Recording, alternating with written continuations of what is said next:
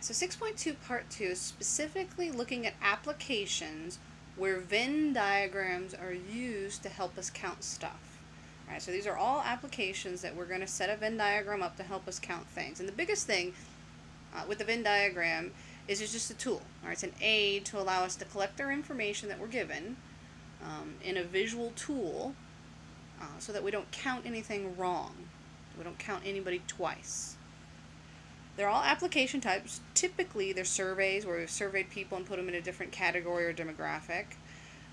And then, again, based on the survey, we put them in different regions in our Venn diagram. So read the problem through carefully. Collect the information. All right, what are you given? All right, what are our sets? What are our groups? Fill out the Venn diagram from the inside region out. And that's a biggie. So if we can start with the innermost region and work our way out, that's the goal. Alright, sometimes we can, sometimes we can't. Most of ours we will. We'll be able to start from the inside and work ourselves out. The biggest thing with working ourselves out is no one gets counted twice. Alright, we want to make sure that we do not count anyone twice. Alright, so usually this is going to involve a bunch of little subtraction steps. I already counted these people, so I don't want to count them again, so I subtract them as I move out. And again, you'll look at that when we get to the examples. Alright, so we'll start off with 2 set Venn diagrams, then we'll get to 3 set Venn diagrams. Alright, so the general layout and regions of a 2 set Venn, usually we start with some type of universal set. So I'm going to say set S would be the survey, those surveyed, so that would be my universal. Then there are subsets or categories where we can place our surveyed people. We'll say subset A and subset B. So the rectangle, remember, represents everybody in the survey, and so if I have 100 people in the survey, my rectangle should only add up to 100 people. Right, there's different regions, but it should only add up to my total. Right, then I've got my circle A and my circle B, my subset A group and my subset B group. All right, working, I'm going to draw my circles a little nicer. Working from the inside out. Still don't like my circles. My circle A, circle B.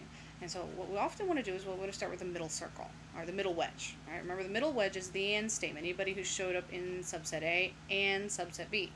So this would be the number in subset A and subset B. And we've got to keep in mind, I've already counted those people. All right, those would be part of my universal set. They just land in that region. All right, then I work myself out. So the next thing I'm going to look at, I'm still staying in circle A, but now I'm in this area. And this area would represent those only in subset A. Alright, so they're in my universal set, but they land in the region that's only in A. Alright, and then those 2 regions are all of the A regions, meaning if I have 10 people in subset A, those 2 areas should add up to 10. No more, no less. And then we do the same thing with circle B. So we've counted some people here that landed in A and B. And then this wedge out here would represent all of those that are only in subset B. Right, those would be only in subset B, and so this would be everybody in circle B. So if 20 people land in circle B, those 2 regions, those only in B, and those in A and B, should have 20. And so a lot of times it involves a subtraction step to figure out the only region. I'm not done yet. There's still one more region. There's this outside region here. And so remember, it's everybody in the survey while I've taken care of those who landed in A or B. And the outside region would be anybody who didn't land in subset A or subset B. And so this would be the number of people in my survey that are not in subset A or subset B. Right? Anybody not in my 2 circles. And usually we figure that out. That's the one, a lot of times what we're looking for is that one.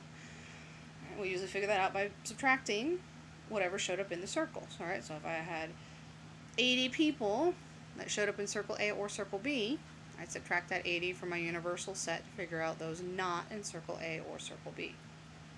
Alright, so let's look at a couple of examples. So like I said, these typically are cases where we've surveyed people and put them in groups based on their answers to the survey. So my first example here is we've surveyed 150 students about whether they read the local papers, the Panagraph or the Vedette. Right. When we surveyed the 150 students that we were surveyed, 85 of them said they read the Vedette regularly. 20 said they read the panagraph regularly, and 12 said they read both of them regularly. Right, and then I gave them names. So S is going to be all students. There's everybody in my survey. V is the subset where they read the vidette. P is the subset where they read the panagraph. All right, so the following values, I'm just going to list what I'm given, right, using my set notation. So I'm given my total universal set, 150 students. So my Venn diagram, when I get to that step and I draw my Venn diagram, all of the numbers inside my Venn, when I add them up, they should add up to exactly 150, right? Because I have exactly 150 students in my survey, no more, no less. Then I have two subsets, and I was given how many land in both of those subsets. I have the subset that represents the vidette readers and the panagraph readers. Well, I know how many should land in each of those circles. The vidette circle should have 85 people who read the vidette, 20 who read the panagraph, and then they also gave me another important piece of information. 12 read both. That's my and statement, meaning out of the 150 surveyed, 12 people said they were vidette readers and panagraph readers. And so there's my 12. And that's a key one. That's a key to recognize that that is my and statement. Alright, so 12 people read both. Now I'm going to draw my Venn diagram. Right. Again, the Venn diagram is just a way to organize my information. I've collected my information. I hopefully understand my information. Now I'm going to organize it using a Venn diagram to help me answer my questions better. And the reason why we use a Venn diagram to organize our information, because it helps us not to count anybody twice. We can sort of see, and it's a good visual aid. Right? It helps us to see how the relationship between all of my people in my survey are. Alright, so this particular example, I have my survey. I have my subset of the survey who will read the vidette, which is my V circle, and I have the subset of the survey who read the panagraph. And so I'm going to list those over here so I have them to look at. 150 total. Number in the vidette circle should be 85 total. Number in the panagraph circle should be 20 total. And the number in the vidette and the panagraph was 12. And that's where we start, right? We start with the overlap. So 12 people out of my 150 land in that middle wedge, right? No more, no less. And the biggest thing is I've already counted 12 people. And I don't want to count them again, right? I've counted 12 people out of my 150 that happen to land in both my subsets. Then I work myself out. All right, so I started with the inside, and now I'm going to work myself out. And I want to find, well, how many in my survey read only the vidette? Well, I've already counted 12 people who read the vidette and the panagraph. There are 85 who said they read the vidette, so there should be 85 in the vidette circle. And so to figure out those who only read the vidette, I have to take my 85 and subtract away the 12 I've already counted. Well, 85 minus 12 is 73. There are 73 people who were surveyed who read only the vidette. All right, 73 people of the 85 who read the vidette only read the vidette, because we already counted 12 of them who also read the panagraph. There's everybody in the vidette circle. That should add up to 85, and it does. 73 and 12 adds up to my 85. I'll do the same thing with the panagraph. Right, 20 people should be in my panagraph circle, right? 20 people surveyed said they read the panagraph. I have already counted 12 of them, right, that landed in both the vidette and the panagraph. I don't want to count these 12 again, right, because I've already counted 12 people who read the panagraph. I need to figure out, well, how many read only the panagraph? Well, I take my 20 minus my 12, and that leaves me with 8, right? There are 8 people in my survey, 8 people out of the 150 people in my survey who read only the panagraph. All right, now the last region. All right, this last region is the outside my two circles, right? I want to figure out the number who read neither paper, right?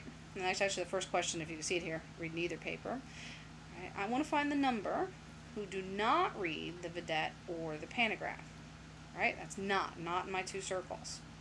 And so that's a complement. Take my number in my universal, subtract away anybody who showed up in my two circles. Well, that's the or statement. They were in the vidette circle or the panagraph. So I take my 150, subtract away the 73, the 12, and the 8, right? If I add 73, 12, and 8, that adds up to 93. So there are 93 people in one or both of my circles, right? 73 plus, the 93 comes from adding those numbers up. 73 plus 12 plus 8 adds up to my 93. So 93 people landed in one of the two circles. all of them landed in both. I subtract it from 150, and so that should leave me with 57. All right, so there were 57 people who read neither paper. That's actually the first question we ask.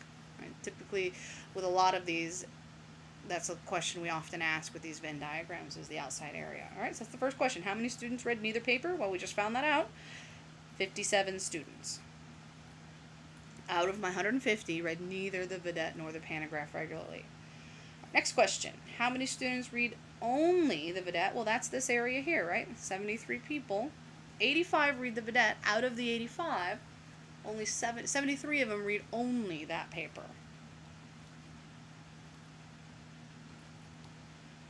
All right, then the last question. How many students read at least, there's that term at least again, one of the two papers? Well, at least one, meaning they read one or the other. Right, so they read the vidette or the pantograph, right? A number of students who read the vidette or the pantograph. Well, it's everybody in these three circles, and when I added them up, that was that 93 there, right? 93 students out of the 150 surveyed read one or the other paper, right? And again, there's how a Venn diagram kind of helps us to see how the relationship between the different sets are, right? And so we set them up, and we use them to answer our questions. So let's do another example. All right, so example 2 is we have a batch of 1,000 Samsung, if I can spit out, Samsung 7 phones. All right, so 1,000's the total. So my Venn diagram should add up to 1,000, no more, no less. Out of the batch, it was determined that 85 have defective speakers, 110 have defective batteries, 30 had both defective speakers and defective batteries. How many phones from this batch have neither a defective speaker nor a defective battery? And I'm going to use a Venn diagram to help me solve this. All right, so again, this is one where you might be able to solve it without the Venn, but use the Venn diagram because you're less likely to make an error in the subtraction, counting people twice stuff. So my Venn diagram would be, well, I have all my Samsungs, right? So the number of Samsungs would be my universal. There's 1,000 of those. Then I have number with defective speakers. So DS is my defective speakers, which is 85. Number with defective batteries, which was 110. Number with defective speakers and defective batteries. So 30 out of the 1,000 have been defective in both of them. So circle bad speakers and bad batteries. All right, so defective speakers, defective batteries. Start with the inside, so the 30 land in both of those bad groups. So I've counted 30 phones already. Don't want to count 30 again. So now I'm going to look at the defective speakers. I have 85 defective speakers, phones. Right, phones, 85 phones have defective speakers. I counted 30 of them already, right? 30 of them landed here. So I need to take my 85, subtract away the 30 I've already counted, and that's going to leave me with 55, right? 30 minus 85 gives me 55.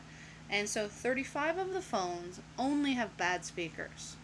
Right? There's the 85 that has, so if you look at it, there's exactly 85 in that defective speaker circle, and that's the way it should be. Do the same thing with the defective batteries. So now I'm going to look at the 110 with bad batteries. I've already counted 30 of them with bad batteries here. And so I take my 110, subtract the 30 I've already counted. Well, 110 minus 30 leaves me with 80. So 80 of the 1,000 phones only have bad batteries. 110 total. 30 of those 110 also had bad speakers, right? And this circle is all of those with bad batteries. Well, 30 and 80 adds up to my 110. All right, now we're going to get to the question that we want to answer, right? The question we want to answer is how many of the 1,000 phones, so suppose they're throwing this batch out. Right, I got a bunch of bad phones and they're throwing it away. But you want to take your chances. You're going to grab a phone from this batch. You want to know what are your odds you're going to get a phone that's not bad. Right? How many phones would have neither a bad defective speaker nor a defective battery? And so how many phones land in this area? That's the question we're looking for. All right, we want to find the number that do not have a bad speaker or defective speaker or a defective battery. Well, I add up all my bad phones and subtract them away from my total, right? I take the number in my universal, subtract away the number that have defective speakers or defective batteries, which would be everybody in these circles. So I take my 1,000 phones, subtract away my 55 plus my 30 plus my 80. So 55, 30, and 80 adds up to 165. And so there are 165 phones that are defective. All right, some of them have both defects, and some of them only have one of the defects. Total defective phones are 165, which means when I take my 1,000, subtract away my 165, there's 835, right, in this outside area, 835 that are not. So I have 835 chances out of 1,000 where my phone has neither a bad speaker or a bad battery, nor a bad battery. Right, which the odds in that case aren't too bad, 835 out of 1,000. Right, that's the answer we're looking for. All right, and again, you could have done this with just your formulas, and that's fine. If you could figure this out without the Venn diagram, that's fine. I think the Venn diagram is a good tool, so I encourage you to use it. It's just a good aid so you can help you collect and organize your information well so that you don't make a mistake of counting anybody twice. That's what it helps us really with the nobody gets counted twice kind of thing, right, which we don't want to do. We don't ever want to count anybody twice. Otherwise, we're making them twice as likely, and we don't want to do that.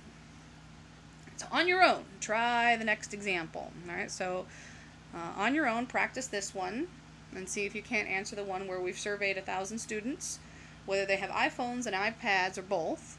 And then I've asked you 2 questions. And see if you can't answer. And I'll post the key to this later. I will draw the Venn diagram and everything and post the answer to it. All right, so again, try that there. The next set of notes is going to take it up a notch. So we're going to go from 2-set Venn diagrams, which you really could solve the 2-set Venn diagrams without the picture.